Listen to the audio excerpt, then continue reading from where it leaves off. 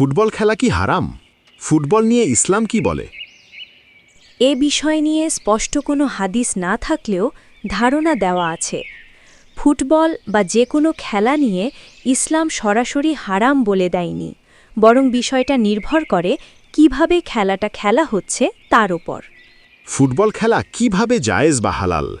খেলাধুলা জায়েজ বা হালাল হয় তখন যখন শরীর সুস্থ রাখার জন্য খেলা হয়, সময় নষ্ট না করে সীমিতভাবে খেলা হয়, নামাজ, পড়াশোনা বা দায়িত্ব অবহেলা করা হয় না, খেলার মধ্যে অশ্লীলতা, ঝগড়া বা গালাগালি না থাকে, জুয়া বা বাজি, বেটিং না থাকে।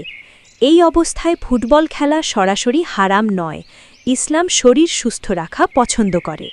কোন কোন ক্ষেত্রে ফুটবল খেলা হারাম হয়ে যেতে পারে?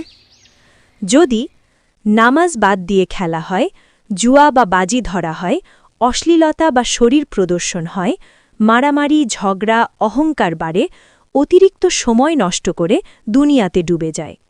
সংক্ষেপে, ফুটবল নিজে হারাম না, কিন্তু খেলার কারণে যদি গুনাহ হয় তখন সেটা হারাম হয়ে যায়।